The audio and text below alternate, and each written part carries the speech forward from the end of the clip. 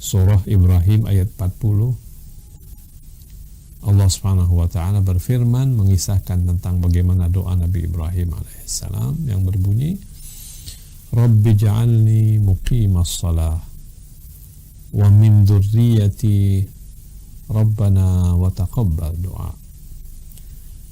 Ya Allah, jadikan aku orang yang mendirikan sholat.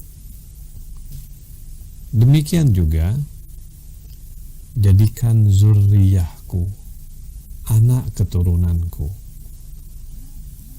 Ya Tuhan kami, kabulkan doa-doaku. Jadi Nabi Allah Ibrahim alaihissalam,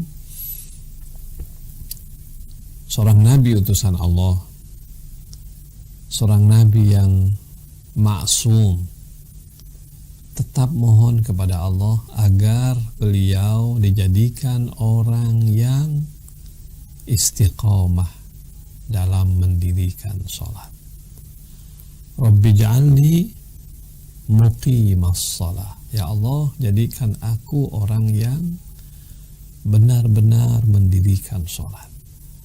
Wa min dzurriyyati. Juga Nabi Ibrahim mendoakan anak keturunannya. Karena itu mukmin dan mukminat, kita ketika melihat ayat ini, ketika melihat doanya Nabi Ibrahim alaihissalam tentang bagaimana beliau mohon kepada Allah agar menjadi orang yang konsisten istiqomah mendirikan sholat dan selamanya mendirikan sholat, dan juga beliau mohon kepada Allah agar anak keturunannya juga seperti itu, menunjukkan betapa pentingnya kita selalu mohon kepada Allah, melatih diri kita, memastikan diri kita selalu mendirikan sholat ini. Sholat sesuatu yang membedakan kita dari orang-orang yang non-mukmin. Nah, itu satu. Yang kedua, di dalam ayat yang lain ketika Allah Subhanahu wa ta'ala mengisahkan tentang Nabi Allah Ismail alaihissalam,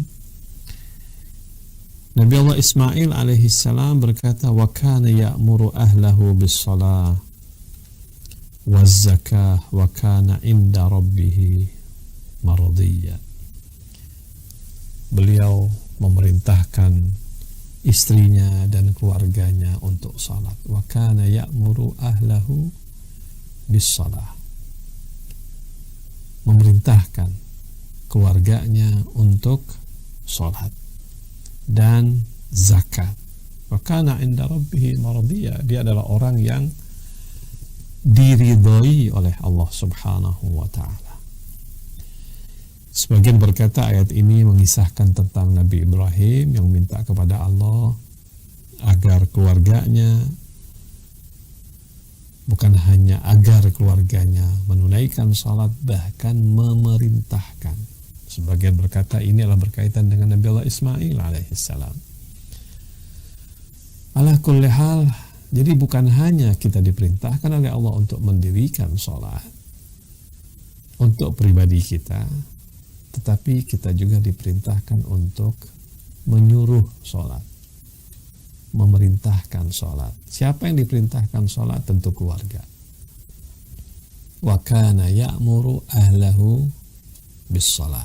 Dia menyuruh atau memerintahkan anak-anaknya atau keluarganya, istrinya, anak-anaknya untuk menunaikan sholat. Karena itu kenapa mukmin dan mukminat, jadi kita bukan hanya yang penting kita sholat, anak kita enggak sholat, dan kita enggak peduli anak kita enggak sholat. Kita wajib sholat dan kita diwajibkan juga untuk memerintahkan keluarga kita. Suami wajib memerintahkan istrinya sholat. Suami wajib memerintahkan istrinya dan anak-anaknya sholat. Istri kalau melihat suaminya enggak sholat, wajib juga dia menegur, karena dia tidak bisa memerintah, tidak bisa menyuruh, tetapi dia menegur, mengasih tahu kepada sang suami agar dia sholat. Nah, ayat ini menarik ya. Wa kana ya'muru ahlahu bis-salati waz-zakati. Memerintahkan anaknya, keluarganya untuk salat dan menunaikan zakat. Wa kana 'inda rabbih mardiya. Dan dia adalah orang yang diridhai oleh Allah. Dia ini orang baik. Orang yang sudah sampai pada tahap di mana Allah Subhanahu wa taala ridha kepadanya. Tetapi dalam masa yang sama tetap saja dia memerintahkan keluarganya untuk menunaikan sholat dan juga menunaikan zakat.